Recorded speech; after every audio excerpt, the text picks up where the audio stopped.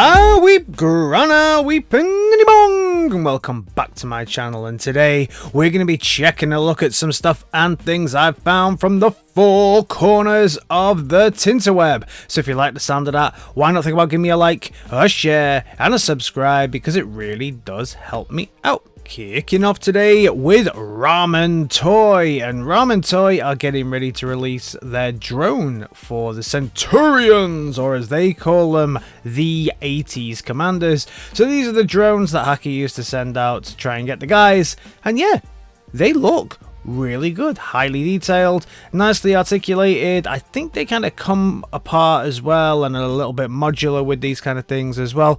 They look definitely better than the toys that we got back in the 80s, so awesome, really cool. Looking forward to this new drop. They've also got Hacker and all kinds of things coming from the Centurions, including the Apache Commander. So yeah, plenty to come from Ramentoys around their Centurions line very soon. And now the news. Don't touch that dial. So we kick off first with funbie Studios, and you may recognize these two little fellas here from the first ever episode of the Transformers. So they're doing this little kind of diorama, I guess, which is nice. I've seen something very similar to this before, but I can't for the life of me remember who it was that created these, but they've done a pretty good job here. These are super small. You saw them kind of next to a battery. I do love the little painted up roadway here as well. Very cool, but somebody please just make a transforming robot of Wheeljack that transforms into this, and a decent Bumblebee in both versions for the other one. I know we recently got the Hasbro version, but let's be fair, that thing has its issues. Next we move over to Like Toys, and so far still all we've got of their version of Metroplex here is still just these CGI renderings, but they have said that these are now going to be 48 inches, so around 121 centimeters tall. Pretty big for a Metroplex. I think it's always difficult to kind of prejudge how things are going to look from these CGI CAD drawing type things, but hey, you know, that's a big old Metroplex, and it looks good. Let's see how it translates into the figure. Mechfans Toys have been showing off some pictures of their take on Ultramagnus, but they're doing this kind of yellow version, so there's quite a few of these are kind of making a comeback. These yellow Ultramagnuses that are a callback to a limited edition one that we got years and years back.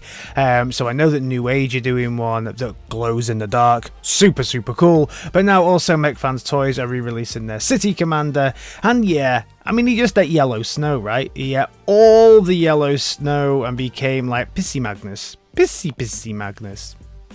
Definitely Pissy Magnus. Staying in the world of Mechfans Toys, or Mechanic Studios, or whatever you want to call them this week, and they're going to be releasing their Hearts of Steel figures. So they showed off their Cliff Jumper box and also the box for their Bumblebee. Bumblebee is going to be a reissue. I believe Cliff Jumper is a recolor, and there's also a really cool Thomas the Tank Engine version coming as well. I own the Bumblebee version already, and I have a review on this channel if you want to check it out. Really cool looking little figure. I actually really like it. I do think though at the moment the price point on these is a little bit high. I didn't actually pay anywhere near as much as these new prices for it when I got mine from AliExpress, probably about 12 to 14 months ago. If you don't know about printformers, you need to get to know about printformers, because printformers create 3D printed transformers, usually based on the kind of Marvel Comics stylings, so the size and everything. You know, Scorponok is not a massive giant, it's small, it's a bot size, so they usually go by those kind of sizing, and these are 3D printed transformers that you print off yourself, but they've gone into crossover territory for, I think, the first time ever, but certainly the coolest one I've ever seen them do. This is the Turtle Wagon transforming into what looks like a little bit of an Optimus Prime type jobby. Really cool. Hit us up with a Knight Rider, hit us up with an A-Team, hit us up with all those classic 80s vehicles that people have been thirsting for so long. Fanshobby up next, and their double dealer is coming very soon. So we got a little look at both of the alt modes. Bit bit more in depth. Very nice. Bit panel driven, certainly at the back, but I think you would expect that with this kind of vehicle. Really nice the way that the articulation you've got on this as well for the rocket launcher. The sculpting looks good. It hasn't got the stupid big gap at the front like you get with the current Hasbro version that we got in the War for Cybertron line, and also you get a little clouder there with his articulation as well. I hope that he is more in the styling of the one that we get with their Power Baser, because he's one of my favorite mini-bots of all time, and he does look like he's going to be of a similar quality, which is great. And there's little compartments for him to sit all over the place. We can really have a look at where he sits as well, as that kind of engine power master that just sits on the back, clips everything together. The rocket comes off and then goes on the back. I do think that's a little bit dodgy. It does look like you have to remove it, that it doesn't actually just articulate up, which I'm sure they'll add in the end, right?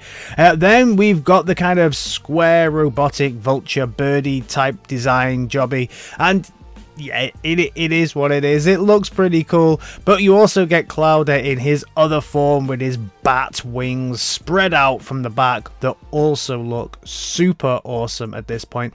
I can't wait for this to drop. Looks really nice. Let me know your thoughts on this one down in the comments. If you can't get your hands on a Fans Toys version of Cyclonus, then this one might do the trick. This is the KO version. This is going to be Hurricane, who does look quite good. I did have a little bit of a deep dive, I guess, into the pictures that they sent into us in the last video that I did, and I said, oh, it looks a little bit dodgy from a paint app point of view, or was it kind of shine from the lights that they were using, and I wasn't sure.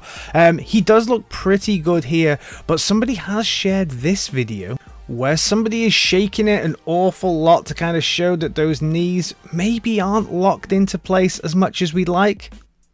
We'll see. Moving over to Real Fans Toys, and they're getting ready to release a Heed, but not just any Heed, the Heed of Fort Max. So Bumblebee has shared a whole load of pictures from the sample that they were sent, and yeah, this dude looks incredible. Bit of a size comparison, about the same height as Chomp, who's coming very soon, and then you can also see it next to this Omega Supreme, and you can see his head is pretty damn big when it's on that Omega Supreme. So yeah, he's gonna be a big boy. We also got to look at the awesome artwork for the box here as well. Love the design and the grid pattern and stuff on the back of that. It doesn't translate into the box, but I'm sure it's used somewhere else. And we also got to look at the gimmick so that we can see, just like with the old classic Headmasters, all of the stats when you put the heat on.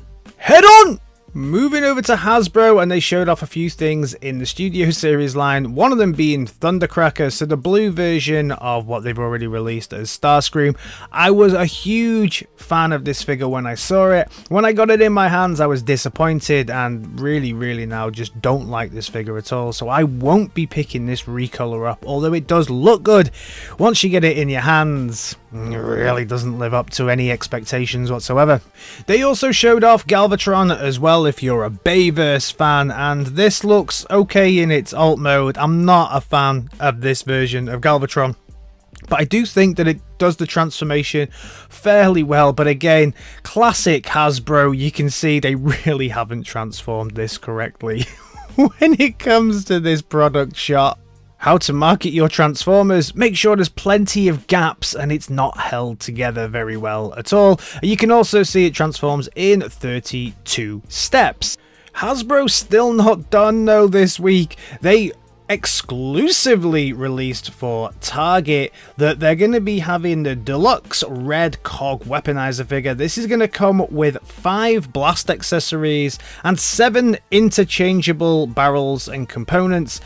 A little bit sad really, because the Legacy line in a lot of ways is just becoming the War for Cybertron recolor line at the moment, which is very disappointing. But that wasn't all, because with the Buzzworthy line, we're also now going to be getting Terrorsaur, and we're going to be also getting the deluxe version of Dinobot as well, the one that looks like a chicken. So yeah, they finally released it. The Terrorsaur we knew we were getting for a while, and this chicken Dinobot is there. I think these might be coming as a twin pack as well, or maybe they're coming separately, but they're going to be in the Buzzworthy line just to confuse things even more. Not Legacy, not Legendary, not Legends, in Buzzworthy, just for a laugh. Then probably the thing that's got most people excited this week is the Masterpiece version of TrailBreaker. It's ugly. It's really ugly. I've seen people make comparisons between this and the Fans Toys version of TrailBreaker. I don't see it. I see maybe it in the chest and the legs, but the proportions look off. I'm going to be honest with everybody. I recently picked up the Nightbird take on RC, and I will be doing a review on that one very shortly. But I think I'm done with Takara Masterpiece. The quality of it just wasn't there. It's an okay figure, don't get me wrong, but for the price I paid of it, I'm pretty sure I could have got a much better quality third-party figure, and I'm sure that someone will release it one day. Let me know your thoughts on Takara Masterpiece at the moment. For me, the fact that they continue to use plastic, no metal, not rubber tires, all these things that we now get with third party, I'm really just starting to lose a little bit of interest in them. But let me know your thoughts. So that is everything from me on this Transformers Saturday. As always, I'm super interested to know your thoughts on everything. So let me know your thoughts on everything down in the comments. We are still trying to push towards that 5K mark. And once we get there, we will do a live stream once more. I will see you in my next video. Alright team, in a bit. Peace!